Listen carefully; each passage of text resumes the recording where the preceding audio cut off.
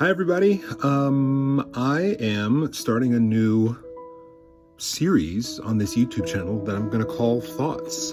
And it's just literally me talking about my thoughts. um, what I wanted to share today is that I had a voice student from a few years ago who reached out to me randomly and said that they were interested in starting up again. Come to find out over, the talking about scheduling and all that stuff that they had been through it. They had been in a car accident, a horrible car accident that left them paralyzed on one side of their body. They were in a coma for a while, had been intubated, so a tube was shoved down their throat to feed them because they couldn't feed themselves, and also had a traumatic brain injury. And they came to me wanting to rebuild their voice, their ability. They had such a beautiful voice before, and it was always kind of a raw talent that wasn't very trained. And so that's what we were working on a few years ago when we were first working together.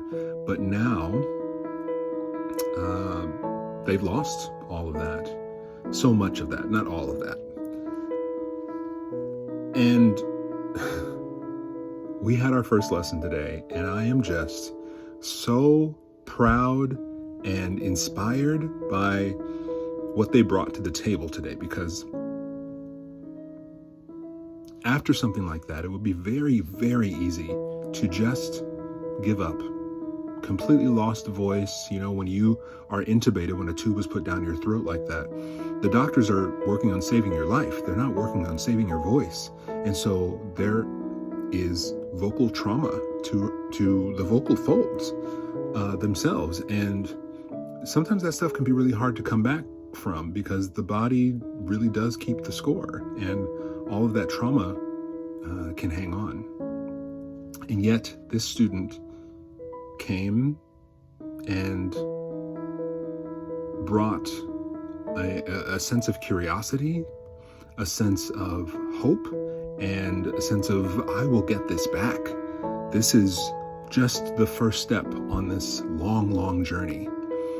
And I am so inspired by that. And I want to communicate to you all that no matter what you've heard, no matter what you've been told, I have so many students who come to me and have some story that's like, when I was 7, somebody told me that I sounded bad, and so I've not sung since then, and now I'm 47 or whatever.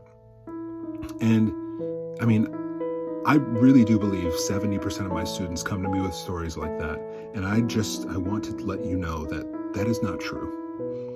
You don't have to be the most talented singer in order to improve. You don't have to be Beyonce coming out of the womb in order to do the types of things that you want to do with your singing, with your music, with your artistry. Take a single bit of improvement, anything that it is, the smallest little bit, and then do it again and again and again.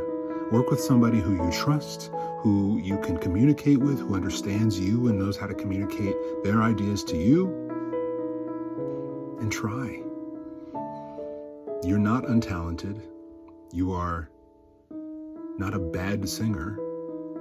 You're just early in your journey.